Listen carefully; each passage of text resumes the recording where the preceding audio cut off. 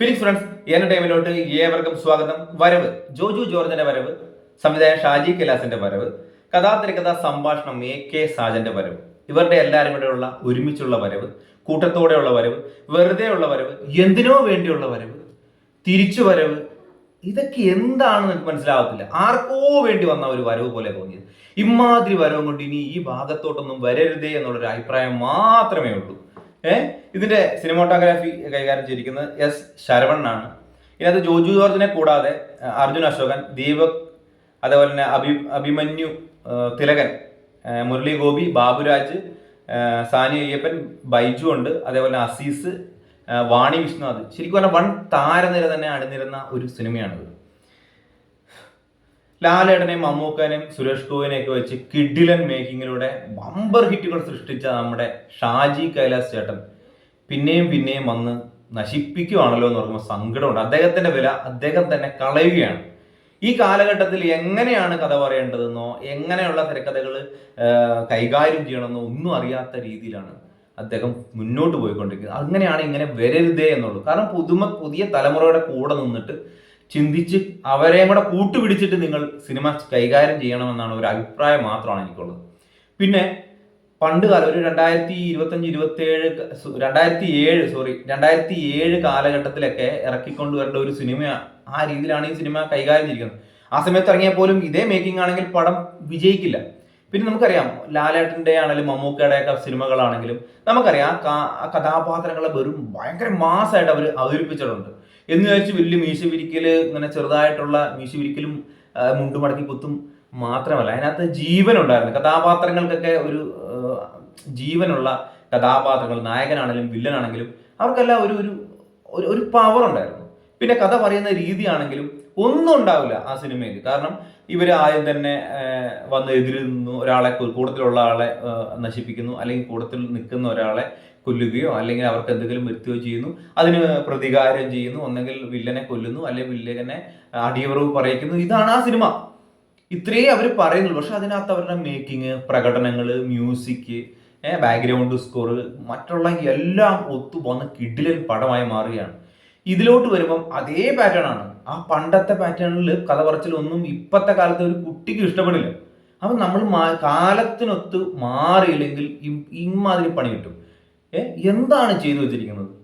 ഇതിന്റെ കഥാതന്തു എന്ന് പറയുന്നത് ഒരാൾ ജയിലിൽ പോയിട്ട് തിരിച്ചു വരുന്നതാണ് തുടക്കം. ഇൻട്രോ ഒക്കെ കിടലിനായിട്ടുണ്ട്, ഇല്ല എന്ന് നമ്മൾ പറയുന്നില്ല. അപ്പം ജയിലിൽ പോയിട്ട് തിരിച്ചു വരുന്നു. അദ്ദേഹത്തിന് ചെയ്യാത്ത കുറ്റത്തിന് ജയിലിൽ പോകുന്നു. ഒരു 10 ദിവസത്തെ പരോളിന് അദ്ദേഹം വരുന്നു. വന്നതിന് ശേഷം തിരിച്ചു പോകുന്നതിന് മുമ്പ് ആ 10 ദിവസത്തിനുള്ളിൽ അദ്ദേഹത്തെ മറ്റുള്ളവർ ചെയ്തേ വെച്ച് പ്രതികാരം തീർക്കുകയാണ്. പ്രതികാരം തീർത്ത് ആ 10 ദിവസത്തിനുള്ളിൽ തിരിച്ച് ജയിലിലോട്ട് പോകുന്നതാണ് ഈ കഥ പറയുന്നത്. ഈ 10 ദിവസത്തിനുള്ള കഥയാണ് പറയുന്നത്. ഇതൊക്കെ നമ്മൾ എത്ര പ്രാവശ്യം കണ്ടിട്ടുള്ള കാര്യങ്ങളാണ്. എത്ര പ്രാവശ്യം ഏതൊക്കെ സിനിമയിലുള്ള കാര്യങ്ങളാണ് അദ്ദേഹം എടുത്ത് ഇതിനകത്ത് കൊണ്ടുവച്ചു. പിന്നെ മേക്കിംഗ് എന്ന് പറഞ്ഞു കഴിഞ്ഞാൽ ഒരു രസമില്ലാത്ത രീതിയിൽ പെട്ടെന്ന് സ്പീഡൊക്കെ കാണിക്കുന്ന കുറേ ചേസിങ്, കാർ ചേസിങ് ഉണ്ട്, അതേപോലെ തന്നെ ബൈക്ക്, എന്തെല്ലാം ടിപ്പറുമായിട്ട് ചേസ് വരെയുണ്ട്. ചേസിങ്ങോട് ചേസിങ്, ഫൈറ്റോട് ഫൈറ്റ്. ഇവർ വിചാരിച്ചു വെച്ചാൽ കുറേ മാസ് സീനുകൾ, കുറേ ഫൈറ്റ് സീനുകൾ, കുറേ രക്തം ഒലിപ്പിക്കുന്ന സീനൊക്കെ വന്നു കഴിഞ്ഞു കഴിഞ്ഞാൽ പടം കൊളുത്തും, വിജയിക്കും. അങ്ങനെ ഒരു ഇതുമില്ല. അതിനകത്ത് എന്തെങ്കിലും പ്രേക്ഷകർക്ക് ഇഷ്ടപ്പെടുന്ന എന്തെങ്കിലും ഉണ്ടാവണം, തുടക്കം മുതൽ അവസാനം വരെ. ഇപ്പം നമുക്ക് തന്നെ അറിയാം, നോബഡി എന്ന് പറഞ്ഞ പടം ഫസ്റ്റ് ഹാഫ് കിടിലായിരുന്നു, സെക്കൻഡ് ഹാഫ് വെറും പൊളി എന്ന് പറഞ്ഞ പടത്തിന്റെ അവസ്ഥ കണ്ടില്ലേ? ഇത് തുടക്കം മുതൽ അവസാനം വരെ മനുഷ്യൻ ഈ ഫസ്റ്റ് ഹാഫ് 1.5 മണിക്കൂർ തന്നെ ഇരിക്കുമ്പോൾ 3 മണിക്കൂർ ഇരുന്ന പോലെയാണ് ഓരോരുത്തർക്ക് ഫീൽ ചെയ്യുന്നത്. എനിക്ക് ഫീൽ ചെയ്യുന്നത് അതുപോലെയാണ്. അപ്പം തീർന്ന് കിട്ടും എന്ന് പറയും. നമുക്കറിയാം ഇത് എങ്ങനെ കൊണ്ടുപോയി തീർക്കുക, ഇത് ഇത്രയേ ഉള്ളൂ എന്നൊക്കെ മനസ്സിലാവും. ഒരു ഇൻട്രസ്റ്റിംഗ് ആയിട്ടുള്ള ഒരു സീൻ പോലും ഇല്ല. ഒരു ഫൈറ്റ് കിണ്ടലുമായിട്ട് ജോജുവിന്റെ ഇടിയൊക്കെ ഉണ്ട്. ജോജുവിന്റെ പ്രകടനത്തിലൊക്കെ അദ്ദേഹം ഇതിനകത്ത് കുറെ മാറ്റമൊക്കെ വരുത്താൻ പറ്റും. കാരണം അദ്ദേഹം ചെയ്തു വെച്ച് കഴിഞ്ഞാൽ സ്ഥിരം കഥാപാത്രമാണ്. സ്ഥിരം ലോഹയിട്ട് അല്ലെങ്കിൽ സ്ഥിരം ഡ്രസ്സ് ഇട്ടിട്ട് മുണ്ടും ഒക്കെ കൊടുത്തു വരുന്ന അതേ കഥാപാത്രത്തെ. പക്ഷെ അദ്ദേഹം ഇതിനകത്ത് കുറച്ച് ആ ബോഡി ലാംഗ്വേജിലാണ് എന്തിനാണോ കുറച്ച് മാറ്റമൊക്കെ വന്ന പോലെ എനിക്ക് ഫീൽ ചെയ്യുന്നുണ്ട് അദ്ദേഹത്തിന്റെ അഭിനയത്തിൽ. കിണ്ടൽ വെയിറ്റിൽ കിട്ടി. ബാബുരാജൊക്കെ ആണെങ്കിലും അവരുടെ അഭിനയിക്കാൻ കിട്ടിയവർ അവരവരുടെ റോളുകൾ മോശമില്ലാത്ത രീതിയിൽ അവരൊക്കെ ചെയ്തു വെച്ചിട്ടുണ്ട്. ബാക്കിയുള്ള ഇതിനകത്തെ ബാക്ക്ഗ്രൗണ്ട് സ്കോർ സിനിമ എന്താണ് ഭയങ്കര സൗണ്ട് കേട്ട് മുട്ടി ചങ്കിടിപ്പിക്കുന്ന അല്ലാണ്ട് ഒന്നിനും കൊള്ളാത്ത ബാക്ക്ഗ്രൗണ്ട് സ്കോർ, മ്യൂസിക്കൊക്കെ ചേരുമ്പടി ഒരു ചേർച്ചയില്ലാത്ത മ്യൂസിക്കും പാട്ടുകളും ഒക്കെയാണ്, ഒന്നും വയ്യാത്തവർ. അതുപോലെ തന്നെ സിനിമോട്ടോഗ്രാഫി ആണെങ്കിലും കളറിങ് ആണെങ്കിലും എല്ലാം മോശം. മേളിൽ നിന്ന് കുറേ സീനുകൾ കാണിക്കുന്ന കുറേ പീസുകൾ കട്ടാക്കി, എഡിറ്റിംഗ് ഒക്കെ എന്താണ് കാട്ടിക്കൂട്ടി വെച്ചെന്ന് മനസ്സിലാവാത്ത രീതിയിലുള്ള ഒരു സിനിമ അനുഭവമാണ് എനിക്ക് ആ തിയേറ്ററിൽ നിന്ന് സിനിമ തന്നത്. ഒന്നുകൊണ്ടും പറ്റാത്ത പ്രശ്നങ്ങളാണ്. പിന്നെ ഇതിനകത്ത് മോശമല്ലാത്ത രീതിയിൽ ചില പ്രകടനങ്ങൾ, ചില ഫൈറ്റുകൾ, കുറേ ഫൈറ്റ് കഴിഞ്ഞാൽ ചില ഫൈറ്റുകൾ, ചില സമയത്തുള്ള പിന്നെ സീനുകളൊക്കെ ഇഷ്ടപ്പെട്ടിട്ടുണ്ട്.